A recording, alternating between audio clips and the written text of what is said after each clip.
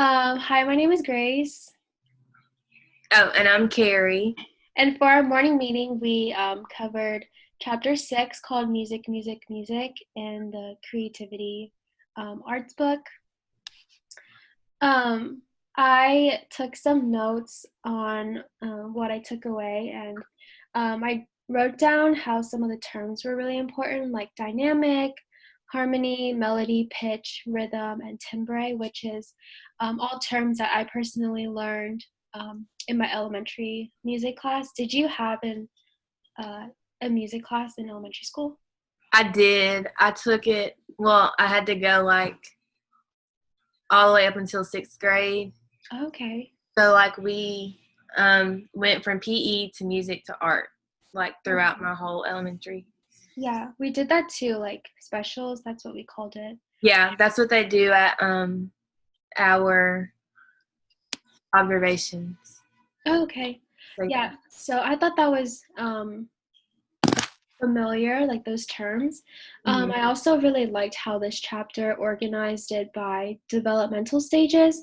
And this is also something that we learn a lot in our education classes, like infancy, toddlers, preschoolers, and kindergartners, and then primary school, and so on. Mhm. So for infancy, um, I took away a lot of good notes, and basically, I learned that they're very receptive, so they move their arms and legs. They're infants, so they're learning how to use their motor skills. Mhm. And cooing and babbling, which is a form of like pitch. So they're just starting to use like their vocal cords, I guess. And they make a connection between movement and sound, which is very important. And there was like a very important term that this chapter also covered. It's called finger play. And I also thought that was very interesting to learn about and read about. The next developmental stage was toddlers. Echoing was a very big part of this age level, as well as sound patterns and words. And they start to hold and control objects. Once you're a toddler, you learn how to like improve like your motor skills. Mhm. And then preschoolers, they do small motor coordination, so just like smaller movements, and then they learn how to do rhythm and use rhythm through instruments. And then after preschool is kindergarten, which is seen in our placement and stuff like that. But they use a lot of cooperation, so breakout rooms and group work.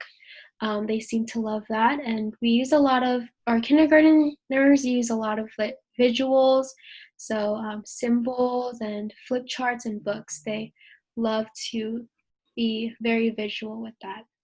And then the last like age group that I focused on was primary, like the primary class. And then social competence was a very big topic in that. So yeah, those are the notes that I took. And you can go ahead and give your input.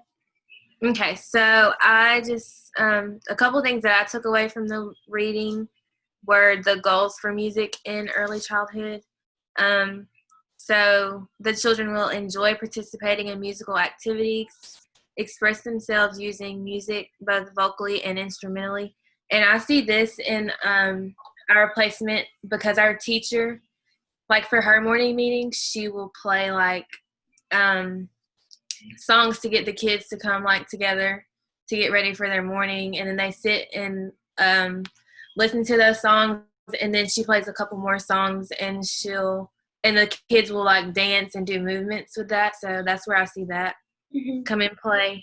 And then the children will also experience a variety of types of music through listening, singing, playing music, and movement.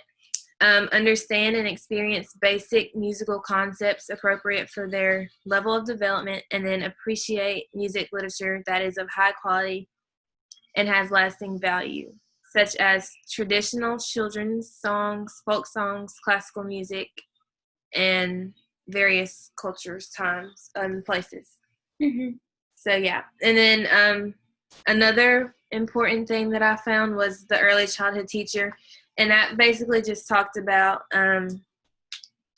how like the teacher doesn't have to be an expert at music, and there's like different ways that you can incorporate music in your classroom that children like can enjoy. So back to the placement thing, like playing songs and then coming up with like songs to help them remember like their alphabet or remember their numbers. It's another way that they could incorporate music into the classroom.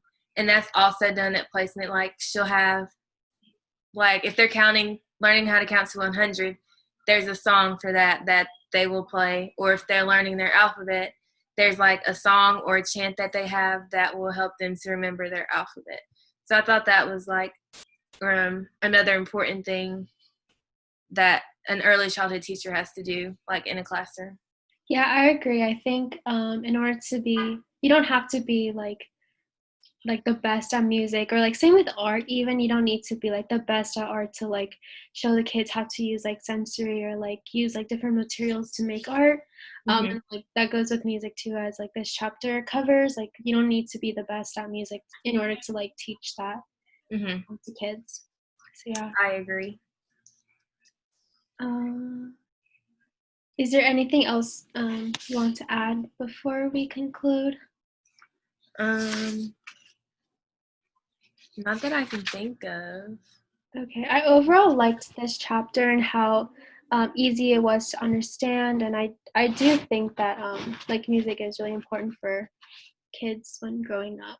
Yeah, I think it was very like relatable because we went through music growing up, and Mhm. I kind of like enjoyed music over like art and PE.